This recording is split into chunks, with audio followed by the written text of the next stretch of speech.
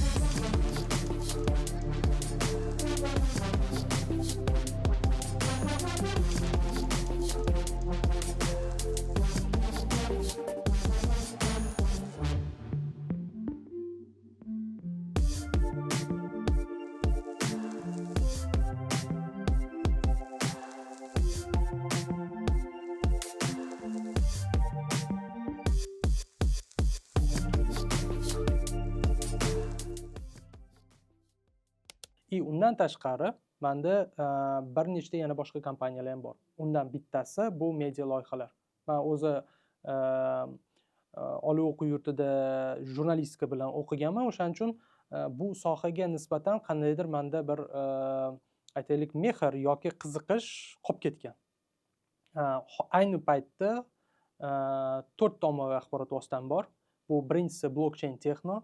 O'zbekistonda kriptoaktivlar va blockchain texnologiyalari haqida yozadigan ommaviy axborot vositasi. Ikkinchisi Invest24. Bu asosan investitsiya, stock market, aytaylik, kapital bozor rivojlantirish yo'nalishida eng muhim bo'lgan yangiliklar xalqaro O'zbekistondagi va shu ikkita yuqoridagi loyiha ham o'zini yo'nalishida terminologiya bilan shug'ullanadi. Bu nima degani? Har bitta bu professional soha bo'lgani uchun, moliya, aytaylik, investitsiya bo'lgani uchun u yerda o'zini terminologiyalari bor. Bu terminologiyalarni biz o'zbek tiliga tarjima qilamiz. Uchinchisi bu Lowday, o'zbek huquq bozori tahlili yo'nalishida faoliyat yuritadi. Biz asosan bu yil ishga tushirdim. Bizning asosiy faoliyatimiz O'zbekistondagi yuridik konsultatsiya beradigan kompaniyalarni kuzatamiz, tahlil qilamiz va reytingini belgilashga harakat qilamiz. Ayni paytda shu ustida ish olib boryapmiz. Undan tashqari mana hammaga ma'lum, yuridik o'zi umuman yurisprudensiya sohasini yuragi bu Angliya hisoblanadi. И biz mana shu bir necha shu Lowday loyihasi asosida biz Angliya, Fransiya, Xitoy dunyoning rivojlangan davlatlarida O'zbekistondagi yuristlarni o'sha chetdagi yuridik kompaniyalar bilan network qilishga yordamlashadigan bir anaqamiz ham bor, yo'nalishimiz ham bor. Bu shu doirada. To'rtinchisi bu Avtovolt 24. Hozir hammaga ma'lum, elektroavtomobillar biz alohida elektroavtomobillarga yo'naltirilgan ommaviy axborot vositasi ochganmiz. Bu hozircha ishlamay turibdi, lekin agar kimga qiziq bo'lsa, mana shunga bir inson qidiryapmiz, talant qidiryapmiz desa bo'ladi. Huquqiy soha bo'yicha qilayotgan loyihangiz juda ham qiziq tuyuldi, chunki O'zbekistonda bunaqa loyihalarni topish mushkul, balki birinchisidir bu. Va shu proyektni boshlashga sizga nima sababchi bo'ldi? Qanaqa motiv bo'ldi? Va mana yaqinda Angliyaga ham borib keldingiz shu loyihani sababli. Shu haqida gapirib bering. Lowday loyihasini paydo bo'lishiga aytaylik bir nechta partnyorlar sabab bo'ldi. Shu sohada faoliyat yuritadigan, biz birgalikda shu ideya ustida ishladik, ya'ni suhbatlashib qoldik. Hammaga ma'lum, bu media sohasi bo'lgani uchun, ya'ni aytaylik buni pozitsiyasi, bu biznesni pozitsiyasi media bo'lgani uchun men uni o'zim davom ettirishga qaror qabul qildim. Nima bizani o'zi asosiy bu anaqasi nima? Buni core deydi-yu, tagida nima turadi? Tagida O'zbekistonda mana e'tibor beradigan bo'lsak, advokaturalar ko'p, advokaturalar bor. Biz ko'zimiz tushadi ko'chalarda, advokatlar ko'p, freelancer. Lekin bu bozor asosan qora bozor asosida ishlaydi. Ya'ni aytaylik naqd pul ko'rinishda yoki qandaydir bir shartnomalarsiz, chunki shu bozorga o'rganib qolgan. Men aytmayman hammasi deb, lekin asosiy qismlari shundan iborat. Lekin bozor rivojlanishi uchun aytaylik talantli yuridik kompaniyalar yoki talantli yuridik advokatlar aytaylik yangi cho'qqiga chiqish uchun biz ozgina bo'lsa ham yordam beramiz. Misol uchun Rossiyada misol uchun 300 Prav degan kompaniya tashkilot bor. Bu tashkilot xolis tashkilot sifatida butun Rossiyada huquq bozorini tahlil qiladi va reyting belgilaydi. Eng zo'r misol uchun aytaylik yurist, aytaylik advokat, misol uchun jinoiy ishlar bo'yicha advokat yoki boshqa yo'nalishiga qarab ular anaqa beradi. Nima deydi? O'rinlar beradi. Bir yilda bir marta hamma yuristlarni to'plab bir qanaqadir mana bizada oltin qalam bor jurnalistikada taqdirlash bo'ladi. Aynan bu narsa O'zbekistonda yo'q. Bizning asosiy maqsadimiz nima? Mana bilasiz, O'zbekistonda siyosati hozir chetdan investitsiya olib kirish bo'lyapti. Tasavvur qiling. O'zbekiston prezident ham juda ko'p gapirdi va bu investitsiya olib kirish bo'yicha vazirlik ham, agentlik ham paydo bo'ldi. Aytaylik, davlat tashkilotlari paydo bo'ldi. Ular maksimal O'zbekistonga investitsiya olib kirdi. Lekin bitta katta muammo ko'rinib qoldi shu joyda. Bu muammo bu yuridik konsultatsiya muammosi. Aytaylik, Xitoydan 1 milliard dollar investitsiya olib kirmoqchi bo'lgan tashkilot O'zbekistonga kirayotgandan oldin hali xayolida fikr paydo bo'lgandan paytida biz qanaqa bizni huquqimizni kim himoya qiladi? Bizni qanaqa tashkilotlar aytaylik u yerda bizni manfaatimizni himoya qiladi degan savol tug'iladi. O'sha paytda bizni bozorimiz shu darajada kichkinaki, ya'ni aytaylik huquq bozorimiz shu darajada kichkinaki, yuridik konsultatsiya beradigan tashkilotlar shu darajada kamki, chetdan keladigan investitsiyalarni prosta qabul ham qila olmaydi. Tillar baryeri bor. O'zbekistonda masalan aytaylik bir 10 dan 20 tagacha xalqaro standartlarga javob beradigan, xalqaro tashkilotlar bilan ishlay oladigan yuridik tashkilotlar bor. Qolgani hammasi mahalliy. O'zbekiston. Biz maqsadimiz nima qilmoqchimiz? Chetdan investitsiya olib kirmoqchimiz. Qani bu yerda anaqa potensial, qani bizda anaqa muammolar, anaqamiz. Chunki aytganimdek, hali kelmoqchi bo'lgan investorlar, kelib yuridik advokaturalar yoki aytaylik yuridik konsalting kompaniyalar topolmaganlar qancha, moshenniklarga uchraganlar qancha, sud tizimi, boshqa muammolarga uchrayotgan juda ko'p keyslarni ko'rishimiz mumkin. Bizani Low'da shu eng ishonchli top 50, top 100, top 500 yuridik konsultatsiya kompaniyalarini e'lon qiladi. U ishonchli ro'yxat beradi. Chetdan kelayotgan investorlar bemalol shu ro'yxat asosida aloqaga chiqib partnyorlik qilish mumkin bo'ladi. Bu bizani bozorimizda ochiq turgan market va shunga qarab biz ketyapmiz. Juda ham impressive. O'z faoliyatingizni jurnalistika bilan boshlaganingiz haqida gapirib o'tdingiz. Shu haqida gapirib bersangiz, qanaqa qilib jurnalistikadan bu yerga o'tib qoldingiz? Nima sabab bo'ldi? Juda ham qiziq keys. Men o'ylayman, har bir odam o'zini kasbini, aytaylik, talantini kashf qilayotganda eng qiyin vaziyatlardan bittasiga uchraydi. Ayniqsa bu studentlik davri, aytaylik talabalik davridan o'zini yangi hayotini qurish atrofida. Menda ham shunaqa bo'lgan. Men jurnalistikada o'qiganman. 1-2 yili tushunmaganman, qanaqa soha va nima uchun menga kerak. Men 3-4-kursdan tushundimki, jurnalistika menga emas. Meni yo'nalishim ko'proq kreativ, dizayn sohalariga mos. O'shaning uchun men shu yo'nalishdan ishladim. O'zi qanaqa qilib topshirgandingiz jurnalistikaga? Qanaqa qilib tanlagandingiz bu sohani? Qarang, jurnalistikada o'qiganimda data journalism degan bir yangi trenddagi yo'nalish paydo bo'lgan. O'sha 2012-yillarda. Aynan shu yo'nalish meni vizual dizayn bilan bog'lashga to'g'ri kelgan. Data journalism hozir ham bor. Misol uchun infografikalar, masalan, televideniyada bor, jurnallar bor. Juda ham ko'p foydalanadigan bu janr desa bo'ladi jurnalistikada. O'sha bilan men ko'proq shug'ullanib, keyin o'tib ketdim. Nima sabab bo'ldi? Men birinchi faoliyatimni Uz24 saytida boshlaganman. Uz24 saytida part time ishlardim. Demak, obedgacha o'qirdim, obeddan keyin ishimni, faoliyatimni yuritardim. O'tdan nima qilardim? Ham jurnalist edim, ham fotograf edim, ham infografika qilardim. Nima deydi? Hammasi bitta joyda edi. Qo'limdan nima kelsa, hammasini qilardim. Meni oyligim o'sha vaqtda 500 ming edi. Men o'ylayman, yomon emas, juda ham yaxshi edi part time uchun. Shunday ishlab keldim, lekin aytaylik kreativ sohasini ham tashlab qo'yganim yo'q. Kreativ bilan ham shug'ullanishni boshladim. Shunaqa nuqtaga yetib keldiki, 1 oylik oyligimni men bir kunda dizayn orqali topishni boshladim. O'sha joy men uchun anaqa ключ joy bo'lgan.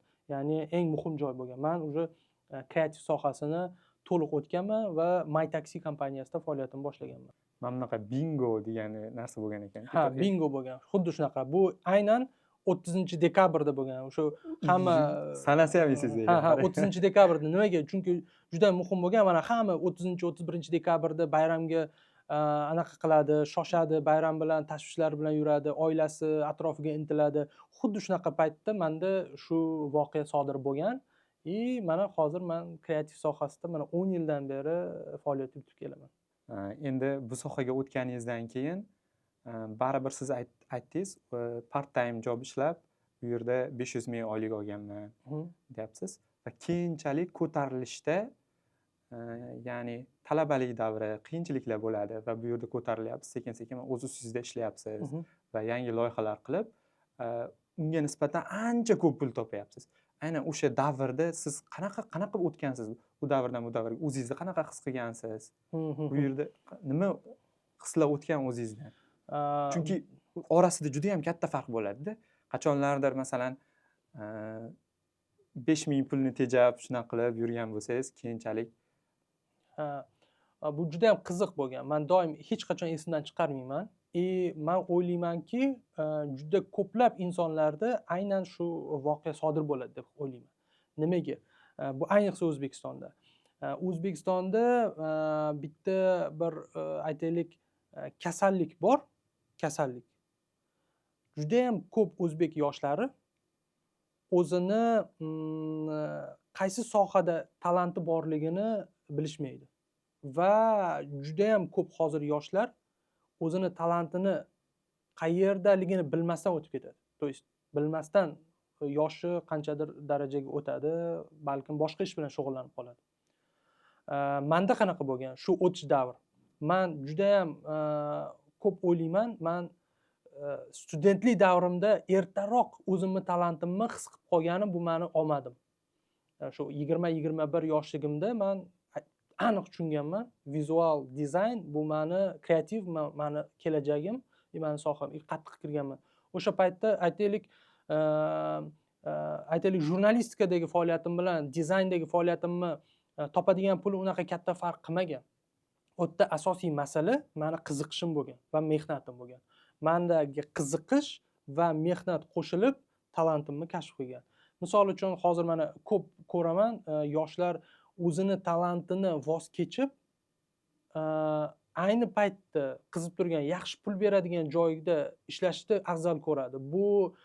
Bu hozir yaxshi, lekin 2, 3, 5, 10 yillik perspektivada bu juda ham yomon. Nimaga? Siz o'zingizning talantingizdan voz kechsiz, bu yangi hozir sizga ko'proq pul berayotgan narsa 1-2 yilda so'nadi. 1-2 yilda yoki aytaylik, simbolichni 10 million pul topyapti boshqa sohadan, lekin talanti bor sohadan 2 million pul kelyapti, 3 million. 10 million pul u 5 yildan keyin ham 10 millionda qotib qoladi. Nimaga? Plus minus ko'tarilishi mumkin. Lekin unga qiziqmas ishi. O'zini talanti bor sohasida 10 karra, 100 karra o'sish imkoniyati bor. Shu 5-10 yillik perspektivasida. Menda xuddi shu narsa bo'lgan. Ya'ni men o'sha davrda tanlov qildim, hozir 100 karra o'sdim. Lekin agar men jurnalistikada qolganimda 100 karra o'smasdim. Borgi 2-3 karra o'sardim jurnalist sifatida. Chunki men o'rta talantim yo'q, meni qiziqishim yo'q, o'rta men hech kim bo'lmasdim. O'rta miyona bir jurnalist bo'lardim. Qaysidir internet nashrida ishlaydigan. Juda ham insightful narsa haqida gapirib o'tdingiz. Chunki men endi atrofimdagi odamlarni ham kuzataman, yoshlarni ham kuzataman. Rostdan ham student uchun 10 million pul juda ham katta pulda. Masalan, stipendiya ancha kam unga nisbatan solishtiradigan bo'lsa va bu uchun majburiy ravishda ham ishlashga rozi bo'ladi atrofimdagi odamlar va juda ham yaxshi narsani gapirib o'tdingiz.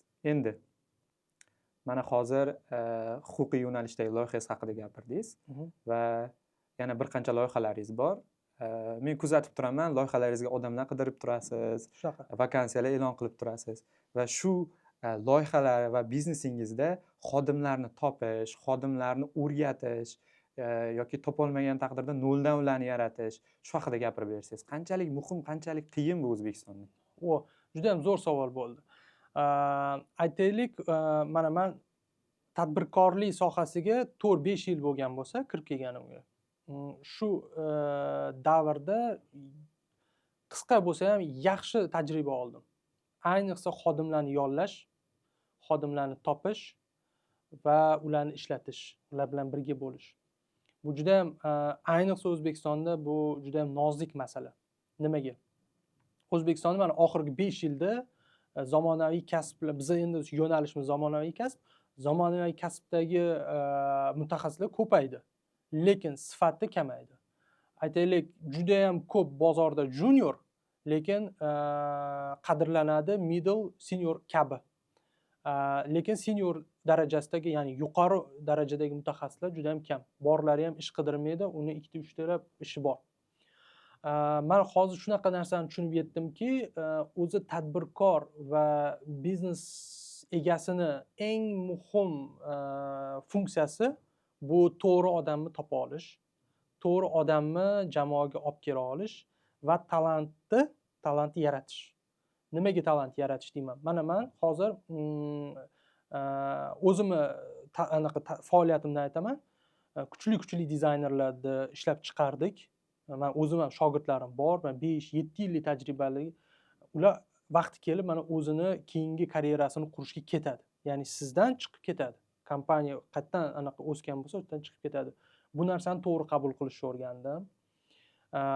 Ikkinchidan, talantlarni mana shunaqa narsa bor. Meni ko'proq menga mos narsa talantni noldan tortib chiqish menga ko'proq mos ekan. tayyor talantni olib uni aytaylik ishlatishdan ko'ra balkim bu ayni paytdagi mani anaqamdir situatsiyam. Aytaylik yana bir 5 yillik tajribamdan keyin balkim bo'lar manda ham tayyor senior anaqani aytaylik mutaxassis olib ishlatish anaqasi bo'ladi. Lekin ayni paytda men hozir shunaqa narsaga o'zimni aytaylik qiziqishim, qobiliyatim bor deb hisobladim. Yosh talantli bolalarni olib, aniqlab, ularni o'qitib, tarbiyalab, misol uchun aytaylik o'zini yo'nalishini topishga yordam berish.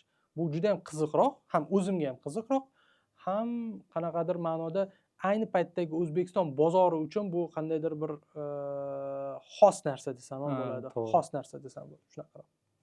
Va ular misol uchun 5-6 yildan keyin o'z yo'lini topib ketsa ham bunga ham tabiiy qarashni boshlaydi. Shunaqa. Mana keyin meni o'zi tadbirkorlik faoliyatida bitta juda ham muhim narsa bor. Har bitta tadbirkor yoki har bitta biznes egasini biznesining ichida muhim odamlar bor. Va biznes egasi doim aytaylik xavotirlanadi u insonlarning ketib qolishidan. Menda ham shunaqa narsa bo'lgan, hozir ham qanaqadir ma'noda bor. Muhim zo'r kadrlaringiz xohlagan payti ketish riski bor. Aytaylik yoki ularning ham keyingi etapga o'tish risklari bor. Bu narsani ham men qabul qilishni, aytaylik to'g'ri voqealikligini men juda ham yaxshi o'zimda his qilib, bir necha barobar bu narsani bir nechta marta sikldan o'tdim. Hozir bu narsa men yaxshi qarayman. Misol uchun bu tabiiy. Ya'ni bu ham bu narsani qabul qila oladigan darajaga chiqdim demoqchiman. Misol uchun hozir meni eng zo'r anaqam aytaylik xodimim kelib men erta ketaman desa, men uni to'g'ri qabul qila olmayman va umuman bu normal holat. O'shaning uchun bu juda ham yaxshi skill bu tadbirkor uchun. Va o'zingiz ham qachondir kim uchundir ishlagansiz va aytdingiz 4-5 yil avval biznesni boshlaganman deb. Biznesingizni boshlashingizga nima turtki bo'lgan va qanday qilib bu jarayonni amalga oshirgansiz? Juda ham yaxshi savol.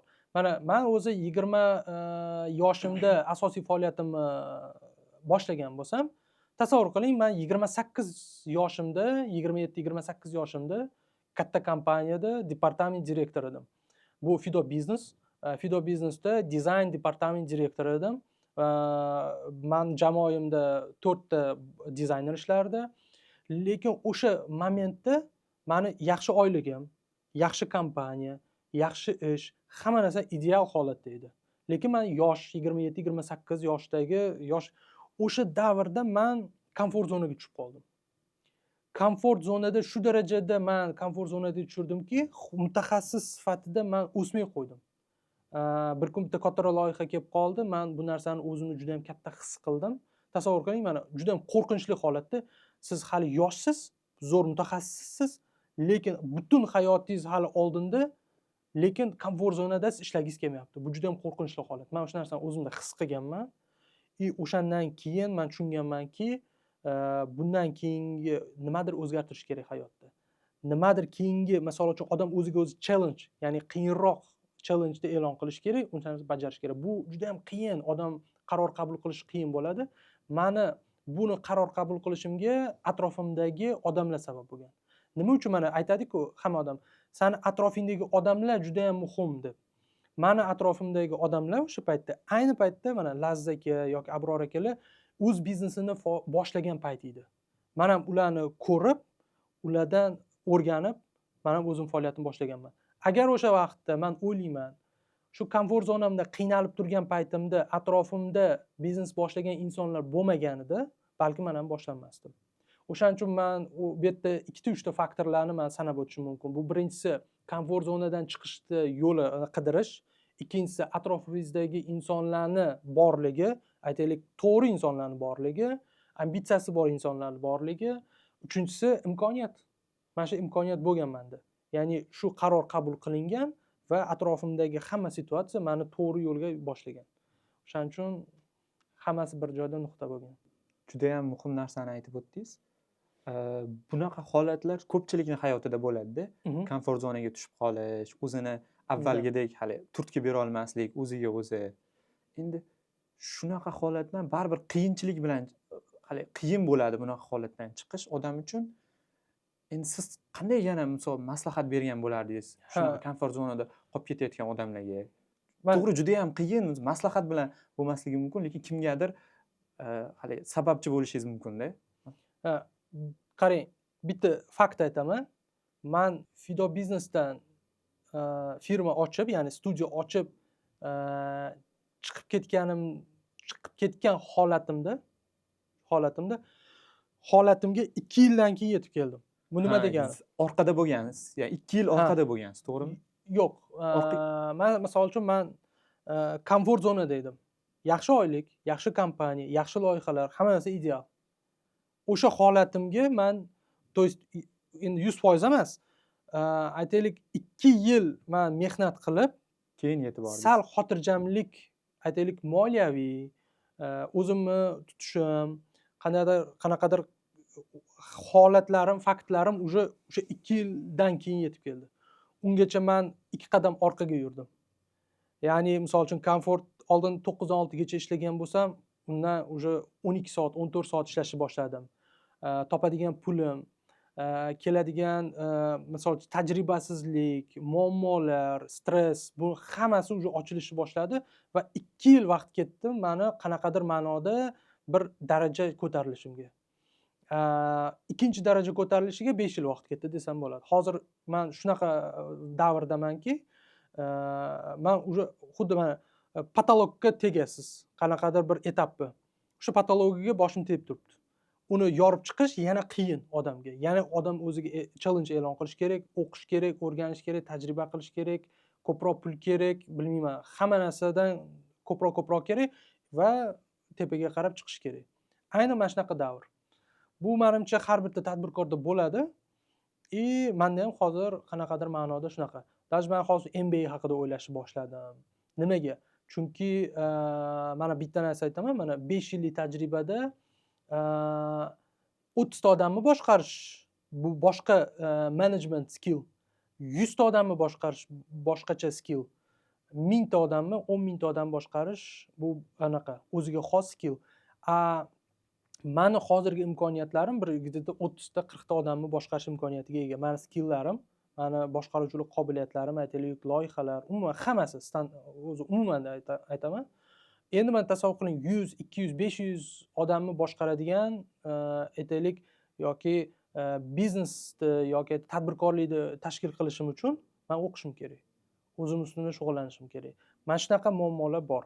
Buning uchun albatta harakat qilish kerak. Mentor kerak, psixologik holatlar bo'ladi, har xil. Inson sifatida ham odam rivojlanishdan to'xtab qolmasligi kerak. 100%. Agar to'xtadingizmi, bu sizni anaqa qiladi. Faqat orqaga tortadi. Masalan, so'nggi 3-4 yilda siz sohangizda ayniqsa sun'iy intellekt ancha rivojlandi. Ya'ni oddiy odamlar ham bemalol ishlatib, qanaqadir dizayn narsalar qilishni boshladi. Shu haqida gapirib bering, uni ta'siri bozordagi ish o'rinlariga qanaqa ta'sir qilyapti? Agar kuzatgan bo'lsangiz, men bu yili Toshkent reklama festivalida AI bo'yicha spikerlik qildim. TAF 2025 da. TAF 2025 bu xalqaro reklama festivali Toshkentda bo'ladi har yili, bir necha yildan beri. Juda nufuzli, katta, bir 5 ming, 10 ming mutaxassislar butun dunyodan, o'nlab davlatlardan kelishadi. Bu yil juda katta bo'ldi.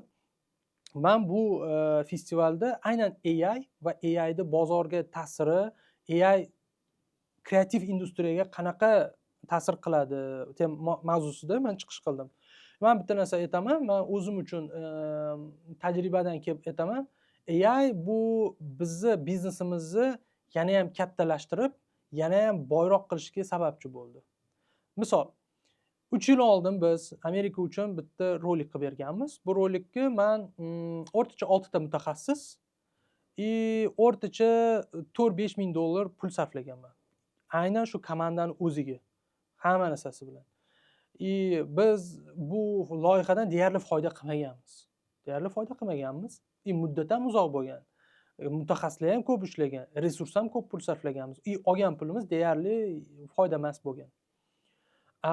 Hozir xuddi shunaqa rolik va undan ham zo'rrog'ini 2-3 mutaxassis bilan o'sha budjetdan kattaroq, qimmatroq ga qilib beryapmiz. Misol uchun aytaylik, simvolичный narx anaqa aytaman. $10,000 ga qilgan bo'lsak, $6-7 biz sarflaganmiz. Hozir $10,000 ga qilsak, $2-3 sarflaymiz. Bu bizani AI ni instrumentini biz bozorga ta'siri. Bu AI bizani ishimizni olib qo'ymaydi. Naborot, AI ishlatmaydigan mutaxassislarni ishini olib qo'yadi.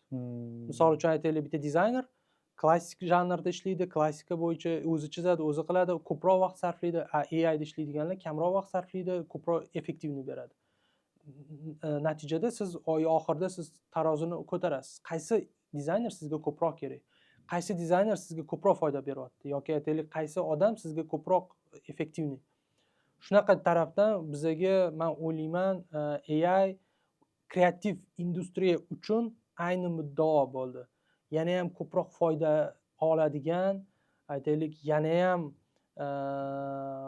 yaxshiroq sifatliroq ish qiladigan davr yetib keldi. Biz bundan faqat foydalanib qolishimiz kerak. Bu ham chunki o'tkinchi davr. O'tkinchi davr, aytaylik 5 yil, 6 yil, balkim bilmam 10 yil davom etadi.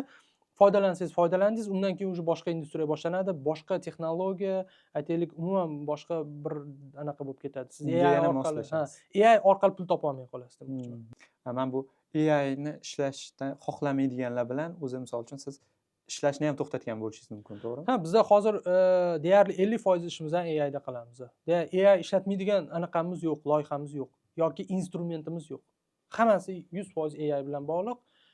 Hozir misol uchun biza $500 biz AI ga subscribe pul to'laymiz har oyda. Obuna uchun. Obuna uchun $500. Bu oldinlari biz unaqa qilmasdik. Tasavvur qilib bo'lmasdi $500 to'lash. Hozir bu shunaqa davr yetib keldik. Agar biz $500 to'lamasdan hozir ishlamay o'tiraversak, prosta yo'q bo'lib ketamiz bo'ldi. Shunaqa. Kreativ industriya haqida gapirdingiz. O'zi qanaqa kreativ odamlar qanaqa bo'ladi? Ular tug'ma talantmi kreativ bo'lish yoki keyinchalik shakllantirsa ham bo'ladimi bu sohadagi odamlarni? Nima deb o'ylaysiz? Menga bu savolga men o'zim uchun kreativ qanaqa rivojlantirish kerak, qanaqa odam kreativ bo'ladi deganga men o'zim uchun juda zo'r javob olganman-da. 2022-yil Jo'lbirsga bordim, Qozog'istonga, Almatiga. O'shanda koreyalik juda ham tajribali, 20 yillik tajribali dizayner. Hozir ismi esimda yo'q, to'g'risini aytsam, lekin meni rasmim bor u odamni. O'sha odam javob bergan shu savolga. Qanaqa qilib odam kreativlikni o'stiradi, kreativ bo'lib qoladi degan savolga. U aytadi: "Men deydi, hayotimda hamma narsani boshqacha o'ylashga harakat qilaman" deydi. Hamma yursam, tursam, kiyinsam, даже misol uchun ertalab turib tishimni yuvsam ham qanaqa deydi, masalan, tish yuvadigan shotkamni stakanini deydi boshqacha holatda qo'yaman. Shotkamni o'zi boshqacha holatda. Yo'lda yursam, ko'chada ko'rsam, hamma butun hayot tarzim faqat nostandart o'ylash va nostandart yurish bilan qurilgan deydi. Mana men hozir shu 15 yildan beri shunaqa yashayman deydi. To есть hamma narsani nostandart o'ylaydi. Keyin shunaqa bir kitobda ham shunaqa o'qidim. Mana insonlar uchun tushunarsiz bo'lgan narsa bu kreativ narsa hisoblanadi. Misol uchun siz kirasiz, bitta narsa ko'rdingiz, sizni xayolingizdan tashqari bo'lgan narsa, siz umringizda ko'rmagan narsa, bu siz uchun kreativ. Ya'ni siz uchun yangilik. Siz uni o'ylaysiz, qabul qilishingiz qiyin bo'ladi. Inson miyasi shunaqa. Kreativ, aytaylik, noodatiy, begona narsalar qabul qilishi boshida qiyin bo'ladi, keyin sekin o'rganadi. Mana shunaqa narsa. Ya'ni odam har kuni shug'ullanish kerak. Bu ham shunaqa narsaki, bu skill. Bu bilan ustida shug'ullanmasangiz, susayib ketaveradi. Shuning uchun bu shug'ullanish kerak. Zo'r. Odamlar o'ylaganchalik hali tug'ma narsa emas bu. Endi tug'ma bo'lishi ham mumkin, lekin mehnat bor. Sal avval aytib o'tdingiz, to'g'ri vaqtda atrofimdagi odamlar biznes boshlagani ham men biznes sohasiga kirib kelishimga sababchi bo'lgandi. Shunaqa. Xuddi shunaqa atrofdagi odamlarni va sizga yordam berishi mumkin bo'lgan tanishlarni ko'p bo'lishi odamda yoki ba'zi odamlarni bilamiz, doim tanish orttirishga harakat qilib yuradi. yoki shunaqa bo'lishi kerakmi yoki bu yo'l-yo'lakay sodir bo'ladigan narsami? Qanchalik e'tibor berish kerak? Ba'zi odamlar misol uchun tabiatan yopiq bo'lishi mumkin-da va unchalik odamlar bilan chiqisha olmasligi mumkin. Mhm. Man o'zi yoshligimda tabiatdan yopiq inson bo'lganman. Mana shu 10 yil davomida ancha ochildim. Umuman xarakterim o'zgardi. Hozir ko'proq men networking qilishga qiziqaman. Bundan uyalmayman. Men tezroq odamlar bilan kirishaman, tezroq gaplasha olaman.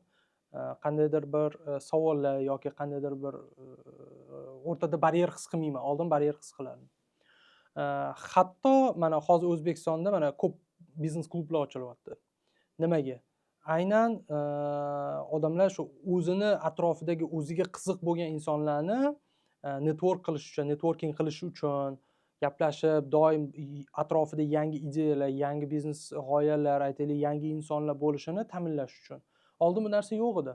Bo'lgan bo'lsa ham juda ham tor doirada, juda ham kichik holatda bo'lardi. Hozir bu ommaviy yuz berishni boshladi. Men bundan xursandman. Men o'zim ham Yard biznes klubini a'zosiman. U yerda 200 dan ortiq biznesmenlar bor. Dunyo bo'ylab Allianz biznes klubini bilmayman 1,5 mingta anaqasi bor, a'zosi bor. Dunyoning o'nlab davlatlarida bu klubni a'zolari bor. Misol uchun men aytaman, kecha Dubayga borsam, Dubayda tadbirlarga chaqirishadi.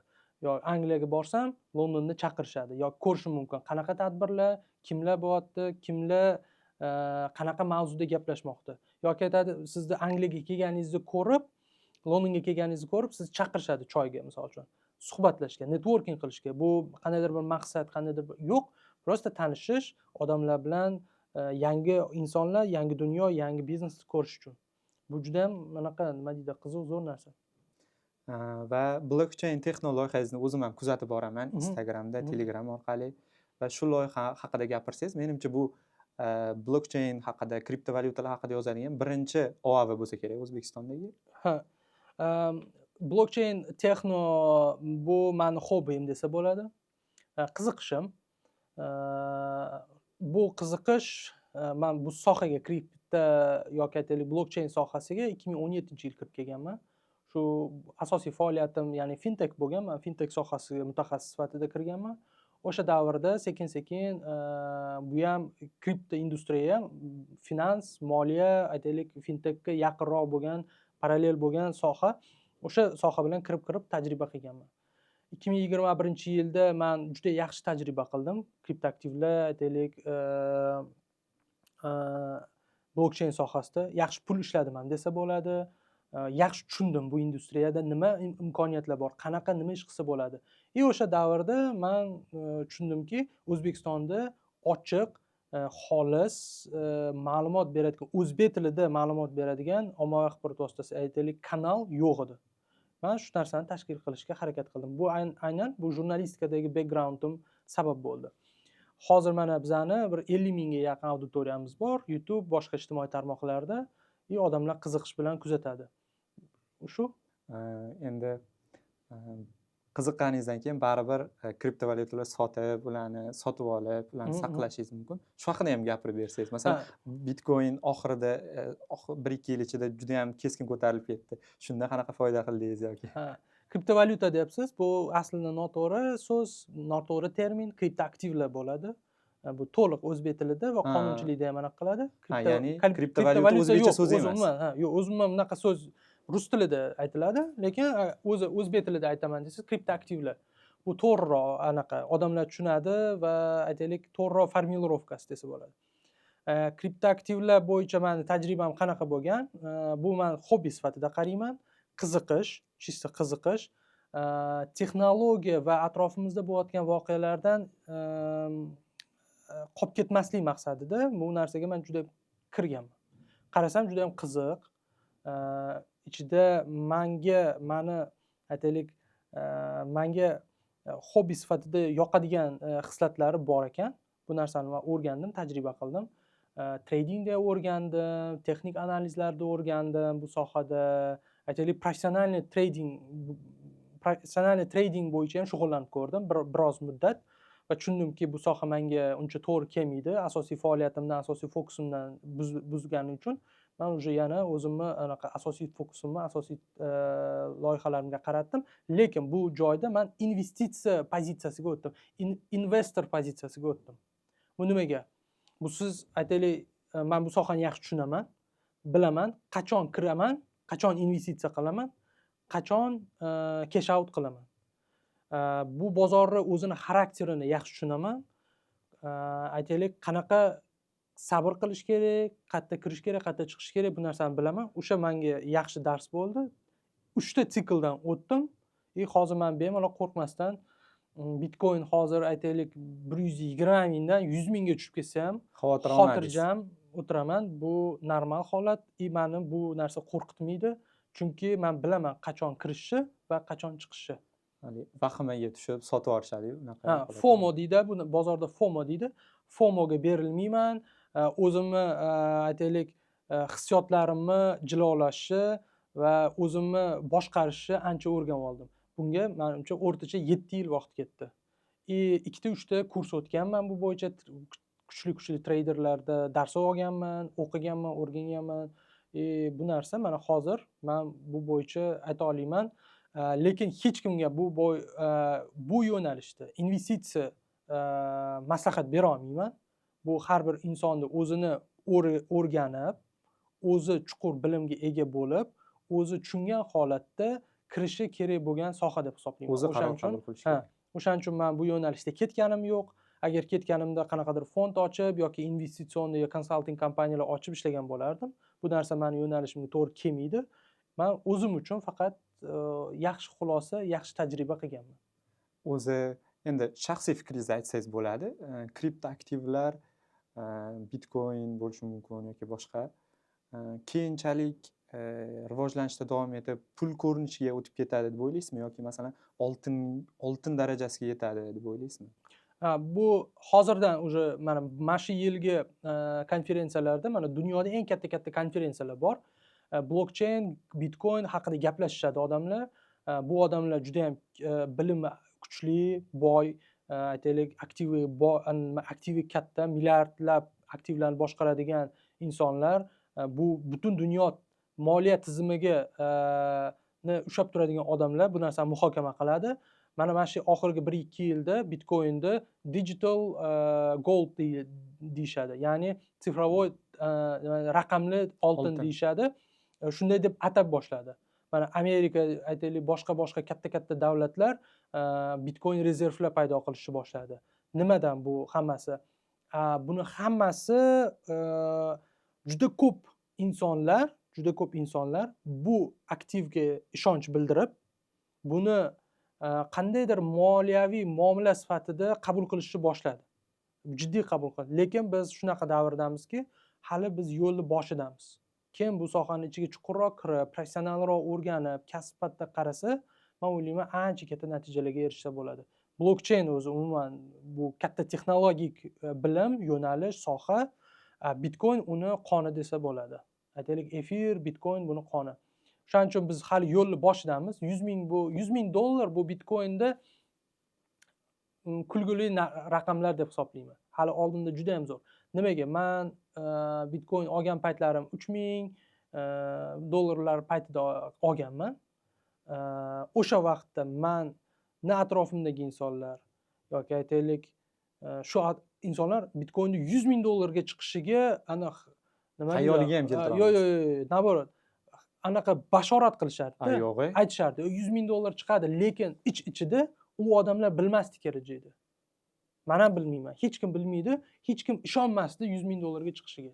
Ya'ni gap bilan aytilgani bilan, lekin ichidan u narsani his qilishi va kutishi juda kam sonli insonlarda bu narsa bo'lgan. Shuning uchun ham ko'p odamlar o'sha davrda 3 ming, 4 ming, 1000 dollardan olgan, Bitcoinda olgan davrlar insonlar hozirgacha anaqa sabr qilib kuta olmadi. Sotib qo'ydi. Aytaylik 10 ming, 20 ming, 30 ming, 50 mingda sotib qo'ydi. O'shaning uchun bu ham bitta bilim bo'ldi, tajriba bo'ldi. Men o'ylayman Bitcoin bu hali boshlanishi, hali oldinda bizani zo'r raqamlar, katta raqamlar turibdi. Men o'ylayman balkim O'zbekiston ham bu haqida o'ylayotgandir. O'zbekiston hukumatı Bitcoin rezerv qilish bo'yicha hali yaqinda yangilik chiqdi, 1-2 oy oldin. Biz O'zbekiston hali bu aktivga investitsiya sifatida qaramayapti, ishonchsizlik bor. Lekin Qozog'iston bu bo'yicha уже qonun ishlab chiqdi, rezerv qilish ustida ishlamoqda. biza ham O'zbekiston ham menimcha qilish kerak bu ishni. Qonunchilik tarafdan, aytaylik boshqa tarafdan uni o'ylab jiddiy qarashimiz kerak. Kam bo'lmaymiz. O'zi mana bu 3-4 ming dollarni sotib olganingizdan keyin siz ham misol 50 ming, 60 mingda sotib yuborganmisiz? Qanaqa bo'lgan o'zi? Shunaqa bo'lgan, menda ham sotganman. Ha. Ha. Sabr qilish juda ham qiyin. Qarang, investitsiya sohada ikkita narsa juda ham qiyin. Investitsiya sohasida hamma mana investor odamlar juda ham yaxshi bilishadi. Juda katta foydani ushlab turish va juda katta zararni ushlab turish qiyin. O'sha eng qiyin ikkita narsa. Tasavvur qiling, siz 100 dollar investitsiya qildingiz, oradan 1 yil o'tdi, maqsadingiz 5x foyda qilish, 500 dollar qilib chiqib ketish. Aytaylik 450 dollar topib turibdi. Siz juda ham qiyin, siz 450 dollarga sotib olmasligingiz. Juda ham ko'p odamlar 400 dollarda sotib oladi, lekin maqsad 500 dollar. Sabr qila olmaydi. Nimaga? Chunki katta foydani ushlab tura olmaydi. Foyda ko'ziga uni anaqa bo'lib turaveradi. Yo'qotib qo'yadigan. Ha, nima deydi? Uni tortadi. U foyda tortadi odamni psixologik bosim bu. Shu bilan birga zarar ham. Tasavvur qiling, 100 dollar siz pul investitsiya qildingiz, lekin zararda turibsiz 50 dollarda. Siz tezroq buni shu 50 dollarni saqlab qolishni xohlaysiz. Lekin sizning maqsadingiz 500 dollar. Ungacha sabr, ungacha boshqa bir faktlarni anaqa qila olmaysiz. Nima deydi? Ushlab tura olmaysiz. O'shaning uchun 50 dollar zarar, xo'p 50 dollar qolsin deysizda, uni chiqarib olishga harakat qilasiz. O'sha zahoti siz sotgan kuningizoq o'sha bozor o'sishni boshlaydi. Xuddi shunaqa. O'shaning uchun bozorda shunaqa narsa bor. O'sha aytayotgandek, investorlarda eng qiyin narsa katta foydani va katta zararni ushlab turish juda ham qiyin. Bu juda katta psixologik bosim va anaqa nima deydi, bilim talab qiladi. Yangiliklarga intilishingizni ko'rib hayron qolyapman. Bu qanaqa shakllangan sizda? Masalan, yoshligingizdan bo'lganmi? Yoshligingizdan yangi narsalarni o'rganib yurgansizmi? Keyinchalik tushungansizmi?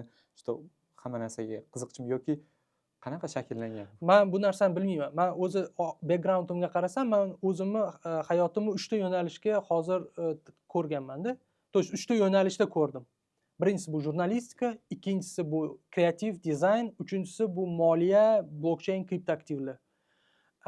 Bir-biriga juda ham bog'liqli holatda shu davr, o'sha vaqt nuqtai nazaridan bir-biriga to'g'ri kelib qoldi.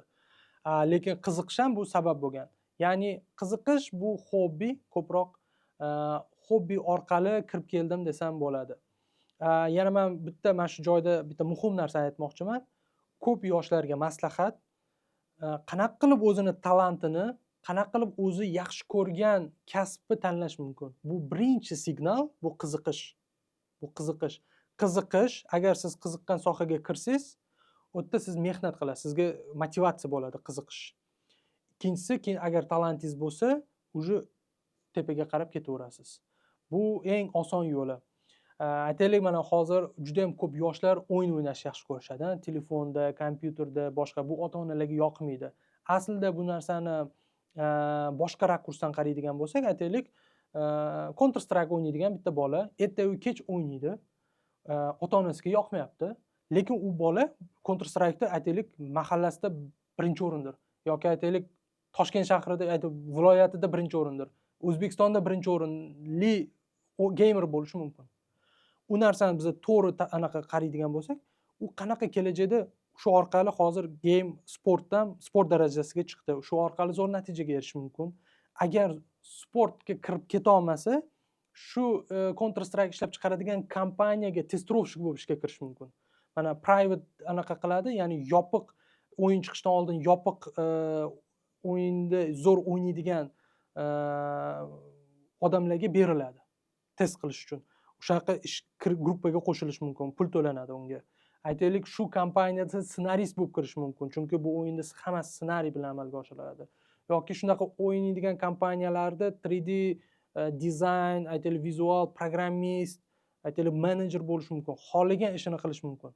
Muhim narsa nima? Bu yerda muhim narsa bu o'yin. Bu bola, aytaylik yosh, o'yinni yaxshi ko'radi, shunga fokus qilgan, shu fokusni monetizatsiya qilish jarayoni. O'shaning uchun man ko'p yoshlarga anaqa qilaman, sizlar shug'ullanayotgan ishni monetizatsiya qismini, ya'ni aytaylik, o'ylab ko'rish kerak. Bu juda ham yaxshi narsa. Bu yerda ota-onalar tomonidan bosim ham bo'ladi-da. Masalan, yangicha sohani o'rganayotgan bo'lsa, 5-6 yil avval yoki 3-4 yil avval kimdir sun'iy intellekt bo'yicha mutaxassis bo'laman, dada degan bo'lsa, dadasi so'kib bergan bo'lishi mumkin. Nima qilasan, shu qanaqa sohami deb. O'zi qanday bunga qarshi kurashish kerak deb o'ylaysiz? Yoshlar ota-onasi bilan qanaqa deal qilish? Masalan, siz ham jurnalistga topshirmoqchiman deganingizda, ota-onangiz masalan, jurnalistdan bo'lasanmi deganmi yoki qanaqa? Ota-onam qarshilik bildirmagan, lekin men bilganmanki, bu ularni ja xursand qilmagan jurnalistika. Chunki bizning oilamizda jurnalistlar yo'q, bu soha biz uchun yod bo'lgan. O'shaning uchun aytaylik, ota-onalar qanaqa bo'ladi? Bu hozir zamon juda ham tezlar rivojlanib ketdi. Ota-onalarni tushunish kerak. Hozirgi ota-onalar SSR davrida, sobiq Sovet davrida tug'ilganda, u davrda umuman boshqa telefon ham yo'q edi-da. Telefon ham bir anaqa simli telefon edi. Hozir biz uje gadjetlar, iPhone davrida yashayapmiz. Uje mana robot kirib keldi, mana Amerikada uje robot sotilishni boshladi. Endi tasavvur qiling, 30 yilda, 40 yilda shunaqa juda tez period. Yoshlar hozirgi mana misol uchun 5-6 yoshli bolalar umuman boshqacha fikrlaydi. Uni ota-onasi, hatto misol uchun men 30-35 yoshdagi inson ham uni tushunishi qiyin. Tasavvur qilasizmi? Davr shu darajada tezki, tez o'zgaryaptiki, texnologiya tez rivojlanyaptiki, ular bu narsa anaqa texnologiyalarni hazm qilib ulgurmayapti. Bu narsa tabiiy holat deb tushunaman. Buni yo'lida faqat nima turadi?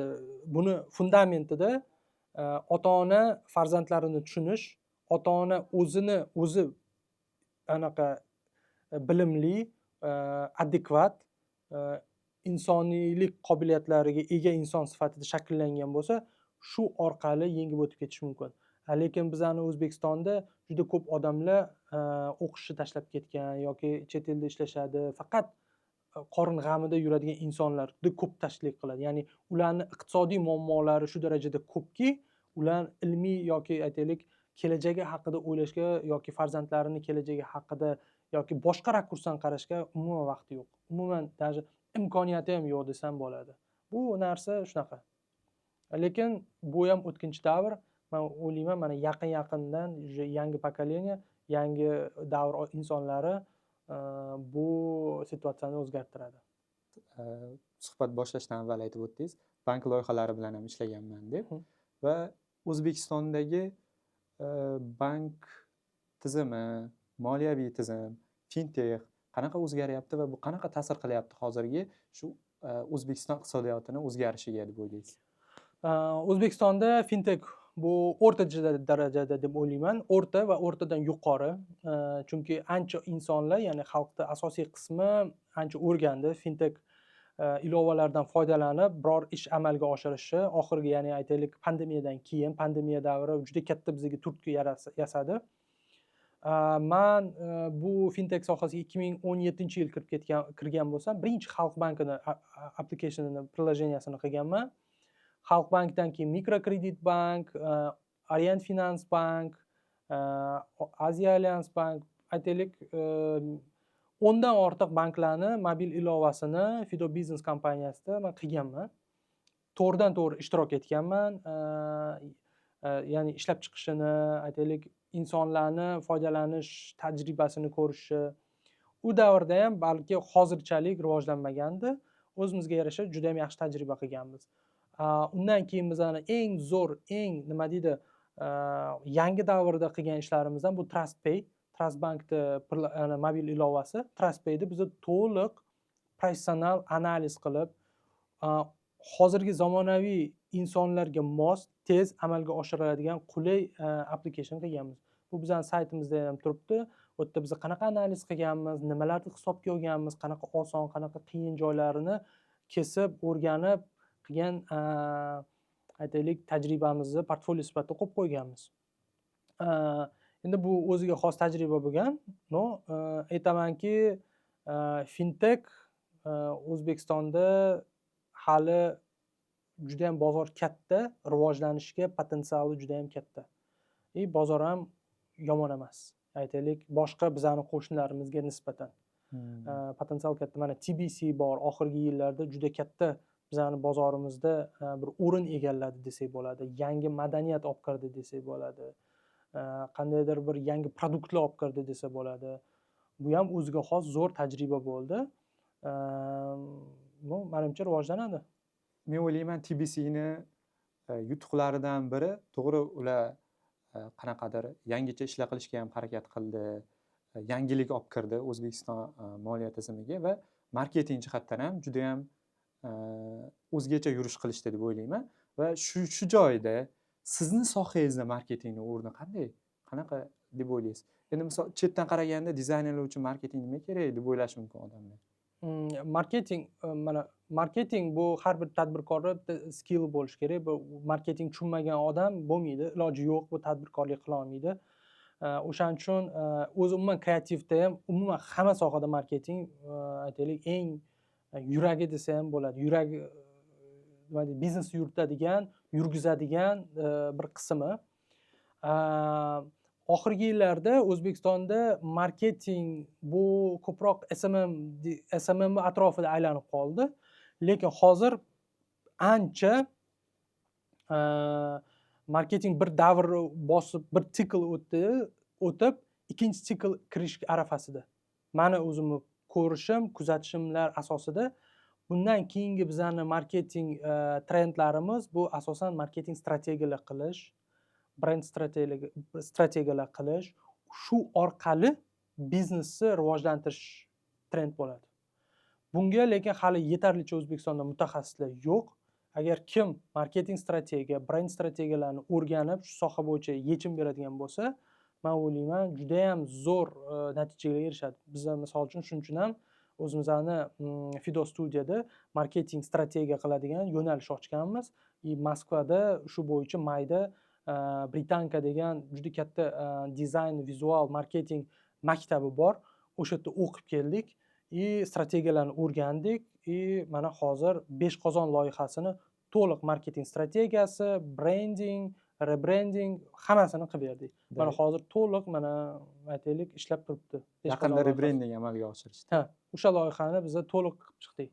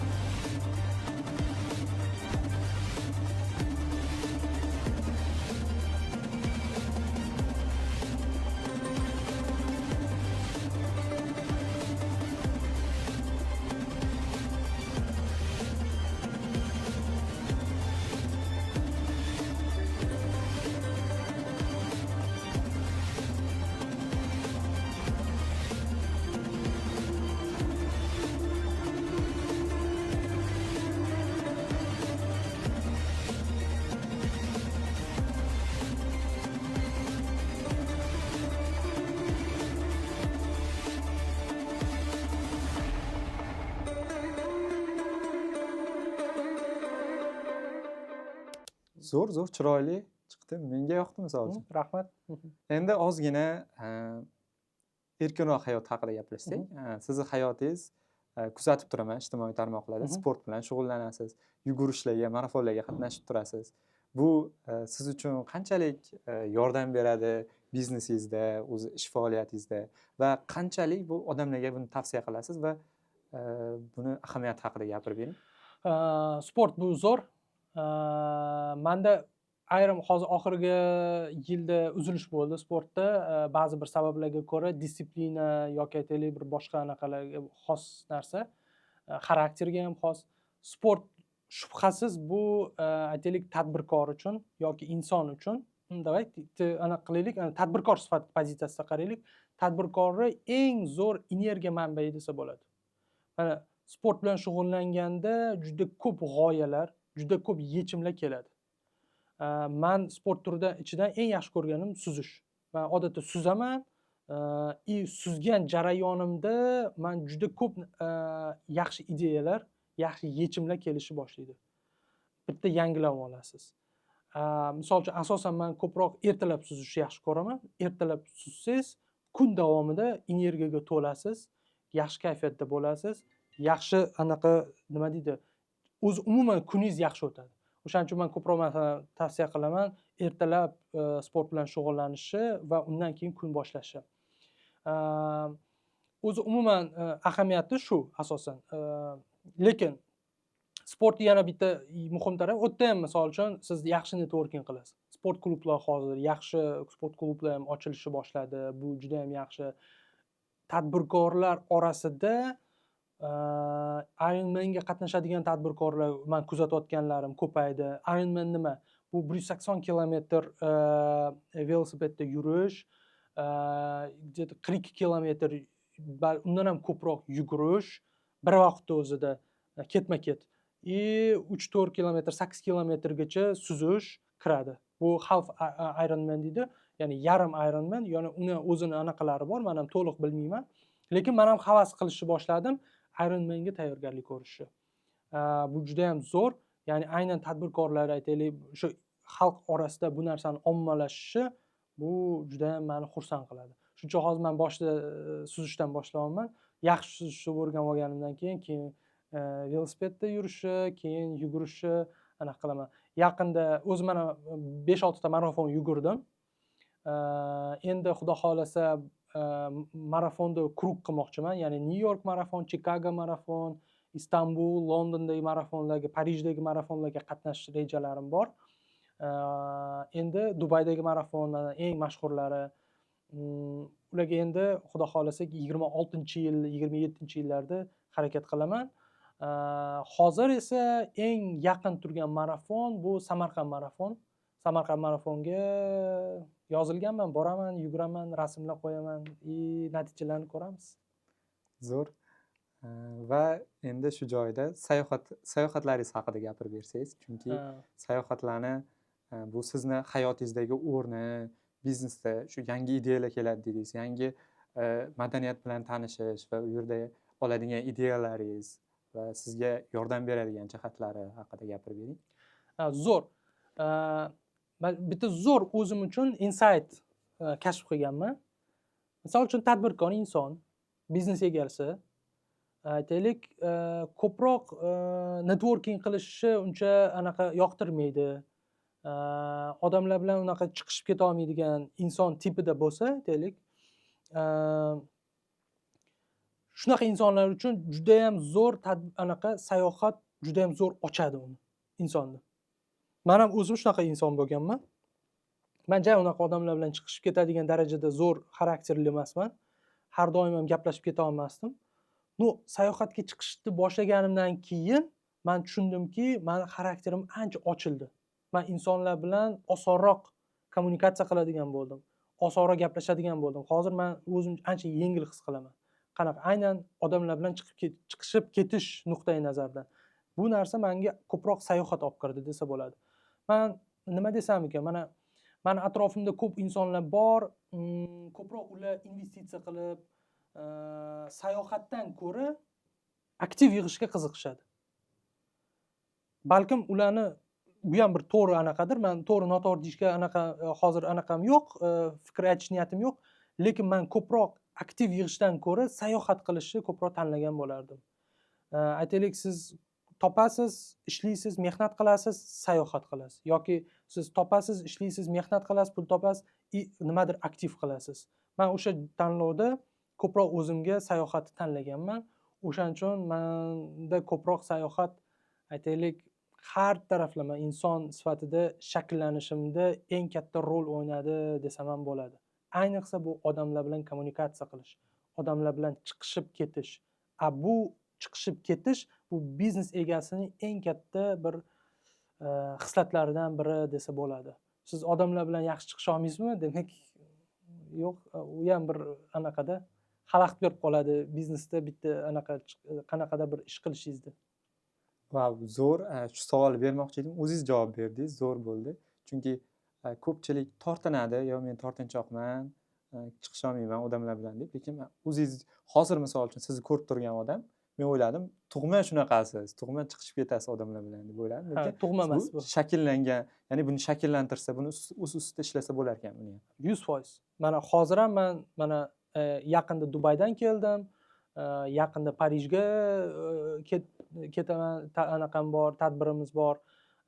Buni hammasi menga nafaqat ish nuqtai nazaridan, balkim o'sha insonlar bilan kommunikatsiya nuqtai nazaridan ham menga yoqadi. Borasiz, maksimal bir 50 ta, 100 ta odam bilan tanishasiz. 100 ta odam 100 ta dunyo degani. Nima ish qiladi, qanaqa pul topadi, nima miyasida nima, qanaqa mutaxassis, buni hammasi qiziq.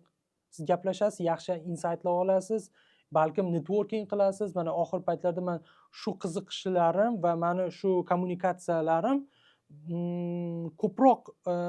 ko'proq insonlarni bir-biriga bog'lash, ko'proq odamlarni bilan yana ham biznesni rivojlantirishga turtki bo'ldi. Misol uchun Londonda bitta yurist bilan tanishib gaplashaman. Dubayda qaysidir yurist kerak bo'lib turgan paytida kontakt qilib qo'yasiz.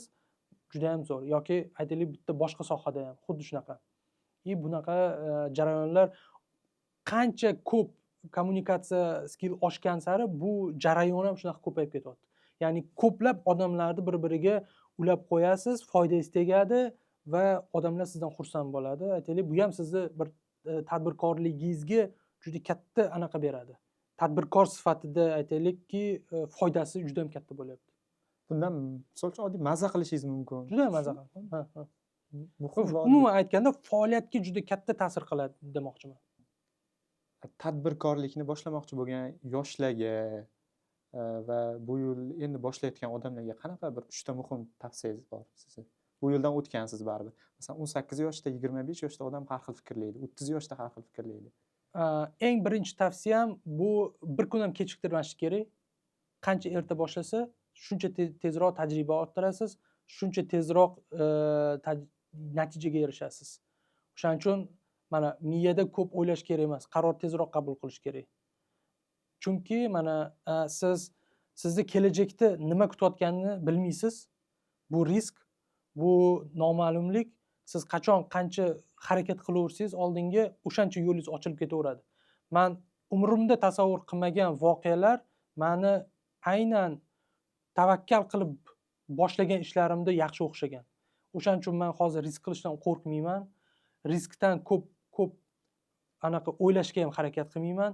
Shu narsa keldi. Eng muhim fundamental fikrlarni, jarayonlarni qo'yaman va qaror qabul qilaman. Bu meni tezroq natijaga erishishga yordam beradi. Aynan o'sha tezroq qaror qabul qilib ish boshlaganlarim yaxshiroq natija ko'rsatgan, nisbatan ko'p o'ylab, ko'p hisob-kitob qilib, fundamental jarayonlarni hisob-kitob qilib boshlagandan ishlarimga nisbatan. O'shaning uchun bu tadbirkorlik, bu risk, bu tadbirkorlik qaror qabul qilish va vaqtni yo'qotmaslik. Vaqt muhimroq deb hisoblayman. Albatta bu sifat. O'zingiz shug'ullanishingiz kerak. Ustida o'zingiz turishingiz kerak. O'zingiz egasi bo'lishingiz kerak bu ishni. O'shanda yaxshi o'xshaydi. Yana bitta savol bermoqchi edim. Siz endi ko'pchilik aytadi, men bu disiplina bo'lish kerak odamda, tadbirkorda ham hatto deb. Siz bunga qanday qaraysiz? Endi hozir zamon rivojlanyapti, baribir disiplina sal chetga chiqayotgandek tuyulyapti. Masalan, o'sha 9 dan 6 ga ishlardan odamlar voz kechishga harakat qilyapti. Bu qanday biznesingizda sizda qanday o'rin tutgan, o'zi qanday muhimligi haqida gapirdingiz? Yoki bunga unchalik ham e'tibor bermaslik kerakmi, bilmadim. Yo'q, disiplina juda ham muhim. Meni disiplina ustida hali ham shug'ullanaman. Men o'zimni disiplinam zo'r deb ayta olmayman, lekin harakat qilaman. O'sha eng qiynaladigan va men o'zim ustimda ishlashim kerak bo'lgan joy sifatida ko'raman-da. Mana sportdan bu bitta sabab, disiplinangizni yaxshilanishiga.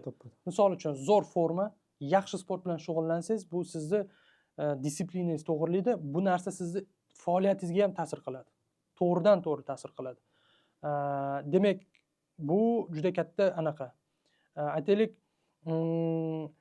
disiplinani yo'q insonlar ham yaxshi natijaga erishgan. Bu endi anaqa emas, bu absolyut qarab bo'lmaydi hech qanaqa fikrga. Lekin statistikaga qaraydigan bo'lsak, talantli insonlardan tashqari bo'lgan, zo'r mehnat evaziga erishgan insonlarni e'tibor backgroundiga qaraydigan bo'lsak, bu disiplina turadi eng muhim jihatlaridan. Nimaga? Qanaqa holat bo'lishidan qat'iy nazar, biznesi sinadimi yoki sog'lig'i tushadimi yoki bir boshqa muammolar, moliyaviy muammolar bo'ladimi, lekin ustida shug'ullanib, disiplina bilan baribir shu jarayonni ustida shug'ullanaveradi. Shu jarayonda yana qaytadan sikl aylanaveradi va oxiri natijaga erishadi. Bu narsa eng katta narsa, men o'ylayman, shu disiplina, o'sha sabr va siklni to'xtatmasdan aylantirish. Chunki hech narsa bittada o'xshamaydi. 10 tada ham o'xshamaydi. Может 100 tada o'xshab qolar. Xuddi shunaqa. 100 taga borishingiz uchun esa disiplina kerak. U narsa qiyin. Baribir har qanday biznesni boshlashni tagida motiv daromad topish, pul. Va sizga savolim, oylik daromadingiz hozir 100 million so'mdan ko'pmi? Masalan, 1 yillikni bo'lib chiqsak. 1 yillik? 1 yillik ko'p. Yo'q, oylik daromadingiz. Oylik daromadim, aytishim endi noto'g'ri. Meni oylik daromadim hozir qanaqadir fiks summa emas. Shuncha aytdim, ya'ni 1 yillik o'rtachasi deb fiks summa emas, o'shaning uchun o'rtacha barcha meni harakatlarim va barcha meni daromadlarim oshadi. Bemalol oshadi. Lekin bu degani meni xarajatlarim bundan ham karrasiga katta. Yangi loyihalar kerak bo'lsa yetmaydi. Har doim yetmaydi. Har doim yetmagan. O'shaning uchun bu hozir qanaqa oylik daromad desa, menda uncha anaqa yo'q, qandaydir naborot yetmayapti deyman. Yo'q. Qandaydir bir определенный summa yo'q-da. Tushundim. Daromad deganda. Chunki men hozir bunaqa davrda emasman. U daromad kam ham bo'lib qolishi mumkin, ko'p ham bo'lib qolishi mumkin, lekin buni men hali uncha unaqa nima deydi, hisoblaydigan vaqtga yetib kelmadim-da. Menimcha hisoblamasam kerak. O'zi nima uchun so'ramoqchi edim? So'radim bu savolni. Men bu biznesingizni mevasini qayerda his qildingiz shu paytgacha yoki endi his qilasizmi? Nima deb o'ylaysiz? Shuncha harakat qilganingiz. Bu tadbirkorlikni mevasini men ko'proq komandamda his qilganman. Meni komandamda zo'r anaqalar chiqqan. Aytaylik, mutaxassislar chiqqan. Biza bu faxrlanadigan loyihalar ham bitta-ikkita qildik. Hozirgacha ishlab, dunyo yuzini ko'rib, xalqaro miqyosda zo'r natijaga erishayotgan loyihalarimiz ham bor. Buni biza komanda bilan qildik. Shu qisqa, shu 5 yil muddat ichida men o'ylayman, shu narsa hozircha biz uchun yaxshi natija. Mana hozir bitta misol, ikkita, uchta misol keltiraman. Uzbek Culture and Food qildik. Bu 3 yildan beri Londonda markazida bo'ladigan o'zbek madaniyatlari va taomlariga atalgan juda katta anaqa tadbir. Biz to'liq brending qilganmiz, saytlarni qilib berganmiz. Hozirgacha davom etadi. O'zbekiston turizmi, O'zbekiston haqida juda katta imij yaratyapti. Ikkinchisi Data Track Fintrack degan Amerikada yaratilgan startapni bizni to'liq logo, identikasi, brendini va saytlarini yaratib, bu proyekt bilan ishlab kelamiz. 30 million dollar baholandi. Undan tashqari aytaylik, mana 5 qozonni qildik.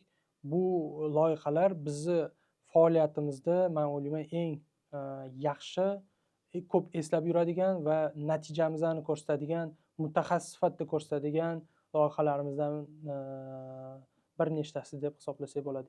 Yana oxirgilaridan Numeo degan San Fransiskoda joylashgan AI agentlar ishlab chiqaradigan platforma bor.